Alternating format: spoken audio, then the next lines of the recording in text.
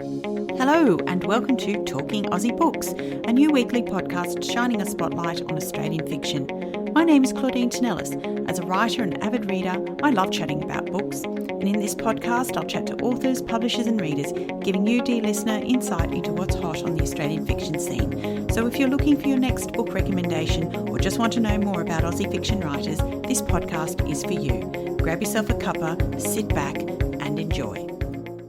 Today, I welcome yet another debut Australian author to the podcast. Her novel, Wildflower Ridge, was published recently by Allen and Unwin and joins the ranks of one of the fastest growing genres in Australian fiction, what many in the industry refer to as ruro or rural romance.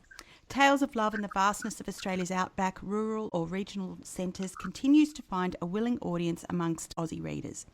It is in between these pages that we can escape our city lives, taste the dust thrown up by a drought-stricken land, breathe the clean air of an uncluttered landscape, or feel the burn of the unrelenting heat through the soles of our imaginary work boots.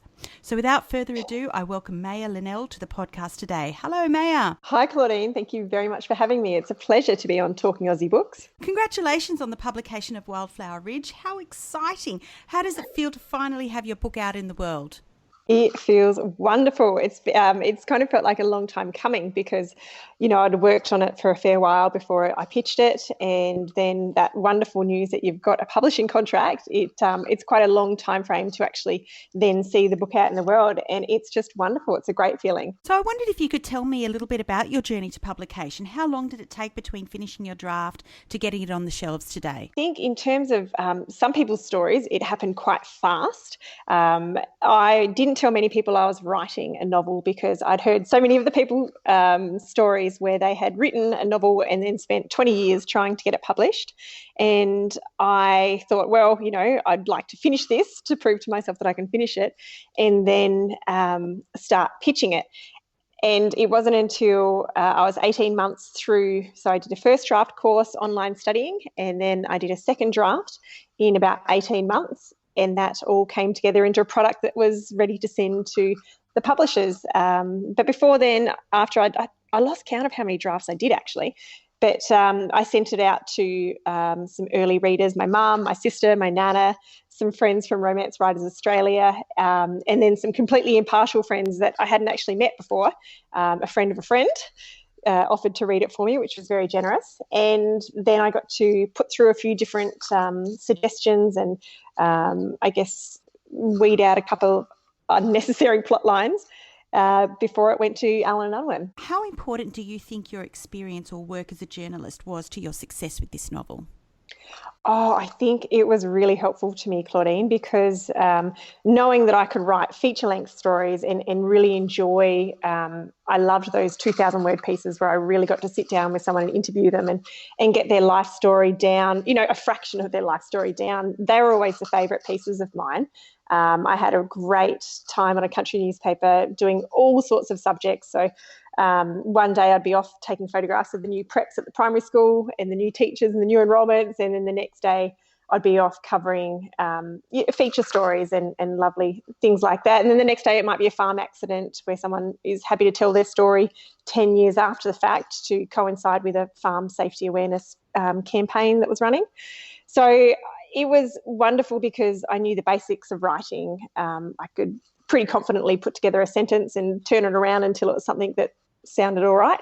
And I guess having that discipline that if you're going to write it, it's going to be seen by somebody, and you'll be in the line at the supermarket and someone will tell you if you got it wrong or if they didn't like what you'd written. So that was quite, a good grounding for me. Fantastic. I've read this book and I absolutely loved it. I couldn't put it down. But for listeners who haven't read your book, do you think you could tell me a little bit more about what it's about? Thank you, Claudine. That is so nice to hear. I just, I'm never going to get sick of people saying that they've enjoyed the book. It's still a wonderful feeling to think that A, people are reading it, and B, people don't mind it. So that's really lovely. Thank you. So Wildflower Ridge is a rural romance, and it's about country living, farming families, and following your heart. And we start off with Penny McIntyre, and she's been living in the city for quite some years, for all of her adult life. She's got a job that she loves there. She's all set up, got a great promotion within reach, and all of a sudden she's unwell. and she has to go back to the small country town that she grew up in, and her family clusters around to help her with her convalescence. So seeing the country town that she grew up in from an adult's perspective is quite different from the teenager who ran away as soon as she was old enough. And there's a great cast of characters that come into play then from the family farm that she grew up on, as well as her ex-boyfriend, Tim Patterson, who just happens to be her father's leading hand on the merino farm that her father owns. And then there's a farming accident partway through, and Penny has to choose between the farming life that she gave up long ago or the city life that she's really worked so hard for. So she's got quite a conflict there and has to make some pretty strong choices. And it was a great story to write, because I think you can't help but put yourself in different situations throughout the novel and think, oh, what would I do here? Or it's great. You can really put a lot of detail and some great topics into your story. And I also felt there was a definite city versus country divide in this book.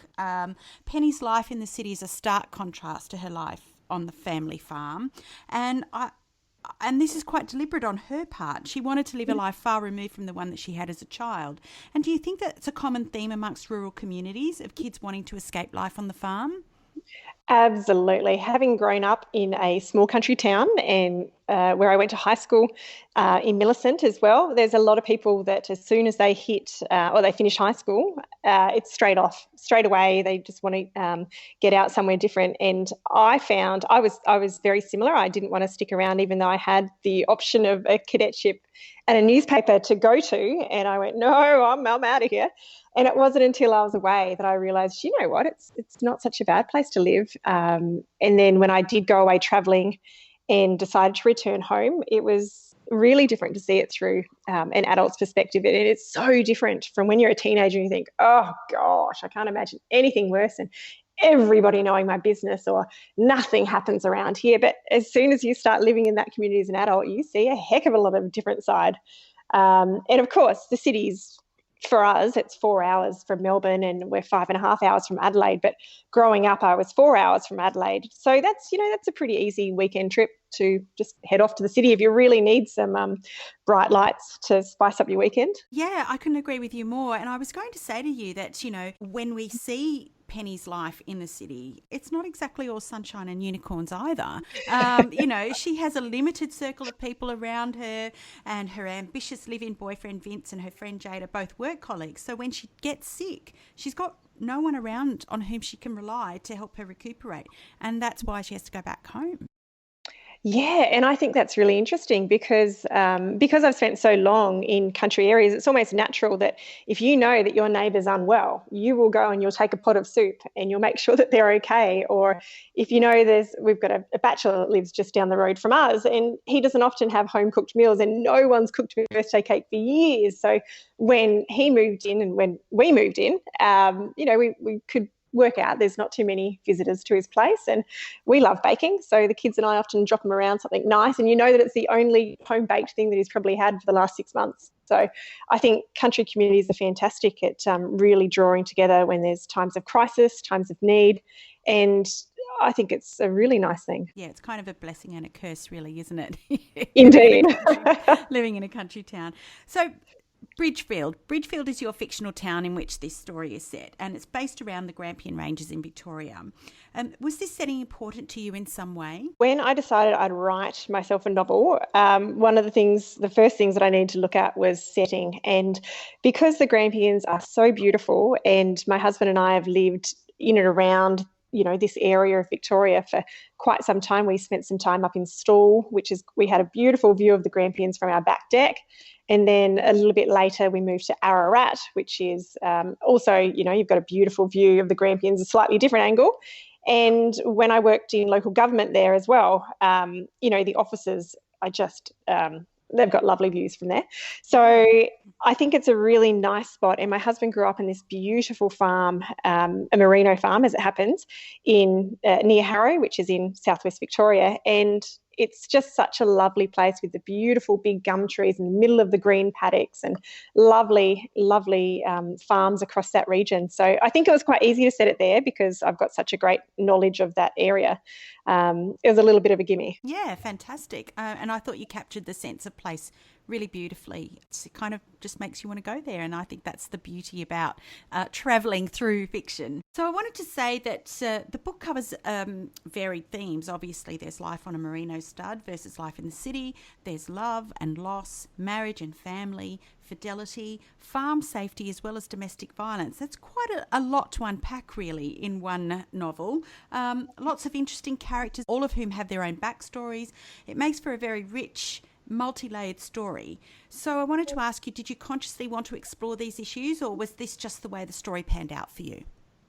For me, it was a bit of a combination of both, Claudine, because I certainly wanted to make sure that there was some of the topical issues that interest me threaded in through there. And because my work as a journalist, I got to do a few stories on farm safety. And one in particular that I loved working on was a story about a chap that I'd gone to school with who had lost his leg in a tractor accident. And I didn't know much about it as a teenager. You didn't really ask those type of questions, what happened or how did it happen? So it wasn't until I was working as a journalist that, we got chatting and I said, look, is there any chance you'd be interested in doing a story about this? Because I know a lot of people would be interested in farm safety issues from a local perspective. And we had a great chat about it. And it was probably my favourite article that I wrote throughout my times at the Southeastern Times. And so every time I pick up the Weekly Times newspaper, even our local newspaper here, the Hamilton Spectator, the Portland Observer, the Warrnambool Standard, there's always stories about farm safety. And I just think it's so easy for these accidents to happen, and it's quite topical to put it into a book and to look at how a family deals with it. And then there's the family theme. I'm one of 4 children, so it's quite easy to look at the different dramas that having a large family can create, good and bad. Yeah. So, I couldn't help myself by putting 4 sisters in, as well as wanting to now write a story for each of those sisters. I think it's ripe, ripe with drama. I was really intrigued by this underlying tension between Penny and her 3 sisters. And as a reader, I felt the resentment against Penny for choosing to have a life away from the farm. Do you think that's a common phenomenon? I think so. I think succession planning in farming families is a very, very big issue. It's something that's not talked about.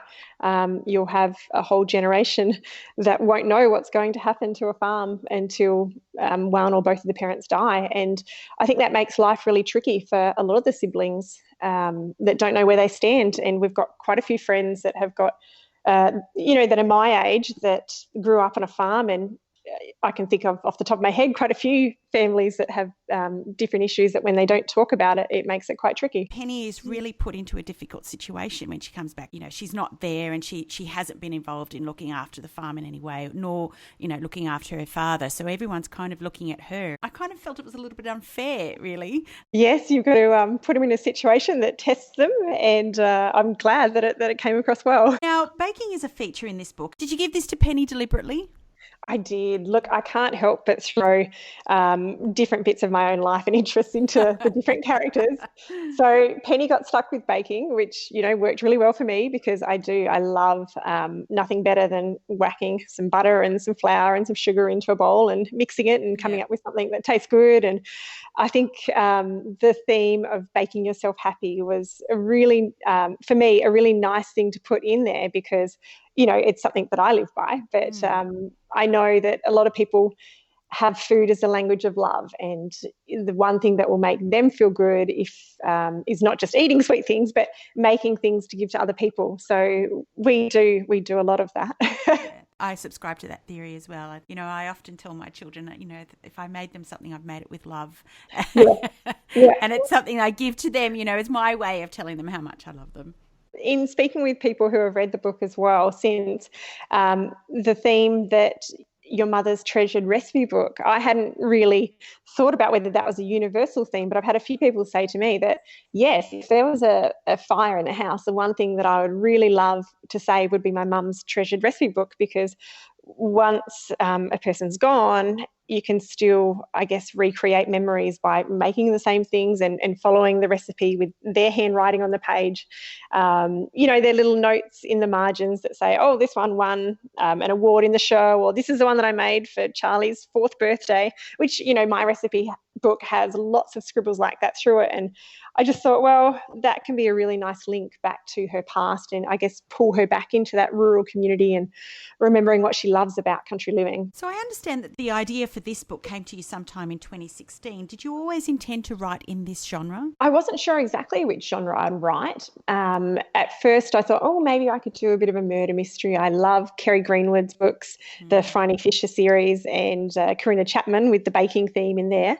And Joanne Fluke as well is an American author that I quite like the Strawberry Cupcake Mystery and things like that. So a cozy quite appealed to me, but I'm not very proficient in knocking people off or and I don't like too gory movies. They scare me too much after watching too many horror movies when I was a teenager. So, I can't do scary stuff. So I thought, you know what I can do? I can definitely do rural living, and I love a bit of romance. So that was it's not a wholly solely romance focused novel. It's definitely got a romantic thread in it to make it rural romance, and it's very, very rural fiction. Been a fan of the rural romance genre for quite some time. So that really came together for me as I started working the story out and working the sisters and the subplots. So I think it fit really nicely. It wasn't intentional when I first started out, but it pulled itself together and showed me at the end what it wanted to be. So tell me about the Romance Writers of Australia, about your association with them, and I understand you also blog for them as well. Yeah, the Romance Writers of Australia have been a fantastic organisation, and I came across them at an author talk that I went to with Victoria Perman, and she's got some wonderful books. She's moved into historical fiction more so now, but she came to our Portland library, and I'd never heard of the Romance Writers Australia, and I think I was maybe halfway through my first draft, and I was just deciding whether it was rural fiction or rural romance. And when she told she told the audience about this wonderful organisation that she was a part of called Romance Writers Australia, I thought, oh, that sounds good. You can drink cocktails at the annual conference whilst talking books. And then as soon as I joined, I realised it was a heck of a lot more than that. It's a great support network. There's writing competitions, which served me very well because last year I made it my mission to enter every competition they had on offer. And it was a mixed bag of results. I found out that I wasn't very good at writing erotic fiction, but I was quite good at putting together a synopsis. And I came second in one of the competitions, made finals in 3. And I think the best thing was being able to look at the feedback the judges gave. It's completely anonymous, so they don't know me from a bar of soap. But they would have a look at it and say, oh, look, I like this. I think you can write well in this. This character's a bit weak, or the title of the book is a bit weak. So it was excellent to strengthen my manuscript through those competitions. And it was also something to celebrate. Last year on the 1st of January, I got the first email to say that I'd made finals in the first competition. So it was a great way to kick off 2018, and I think it was a really good omen for the year. So I highly recommend anyone who's writing anything that's remotely romance related to jump on board and get in touch, because it gave me the opportunity to blog as well. As you mentioned, I get to interview authors every month and do book reviews and ask them things about their favourite perfume and their favourite books on their bedside table. So it's a real treat. Fantastic. Now, this month's blog post was interviewing Jock Sarong, and he is just half an hour down the road from me. He's winning awards all over the place, and he writes a great Australian tale. So I thought I'd love to have him on my blog, and I've actually he's going to be launching my book tonight, which when this lovely podcast goes to air will have been last week. But I think it's really special to be able to reach out to different authors and pick their brains. No, I think that's brilliant, Maya. I really do. It's good to look up to other people and what they're doing and what they're achieving. Yeah, I agree. And I've learnt so much from listening to different podcasts as well, like your lovely Talking Aussie Books. I think it's great in this day and age that we're able to access all this information and hear what makes our favourite authors tick, or discover new authors. I hadn't heard of a few different books and authors, or I didn't know what the plots were until I heard some of your podcasts, like the one with Christian White. So I'm currently listening to that on audiobook, awesome. The Nowhere Child. So I wanted to ask you as well, are you working on anything else at the moment? And I suspect I heard in there somewhere that you were writing like follow-ups to Wildflower Ridge and maybe doing, stories based on each of the different sisters. Is that correct? That is right. So I was really lucky to receive a 2-book contract from Allen and Unwin, and they've been such a wonderful publisher, very supportive and very enthusiastic about Wildflower Ridge. And the second book will come out in 2020, probably about this time next year. And it focuses on the youngest McIntyre sister, Angie, who was a lot of fun to write. I really enjoyed writing Angie's story. So I've just finished the second draft of that novel. It's a bit oversized. I've had to cut it down. The first draft came out at 108,000 words, so I've given it a bit of a haircut. We're down in the 90s now. Good job. Which is, took out 8,000 words and got it just over the line. So I've got another couple of little plot lines that I may take out of there. So that one's not quite finished to send to my fantastic beta readers yet. But very soon I was hoping that I would send that out during the month of June to Mum will be my first reader. She's great. I think she's my biggest fan as well. She's probably hand-selling people the book in the street. Wonderful, proud parents. I love it. Very proud.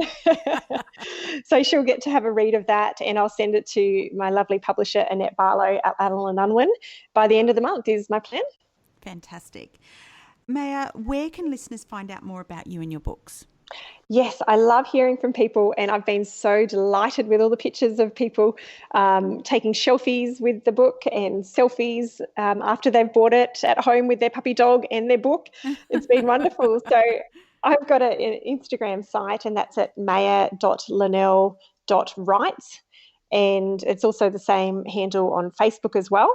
And then I do have Twitter. I'm not particularly good on Twitter, but I'm just there as Maya Linnell. And I've also got a website, which is www.mayalinnell.com. And if people would like to drop me a line, I'd be absolutely thrilled to hear what they thought about Wildflower Ridge. That's brilliant. Maya, it's such a thrill to chat to you today. I wish you every success for your upcoming book tour. Thank you so much, Claudine, and thanks for supporting Australian authors. It's wonderful. Well, that's a wrap, folks. If you enjoyed this podcast, please leave a review on iTunes or drop me a line via my Instagram at Claudine Tinellis or on my webpage, claudinetинellis.com. Thanks for listening. Until next time, happy reading.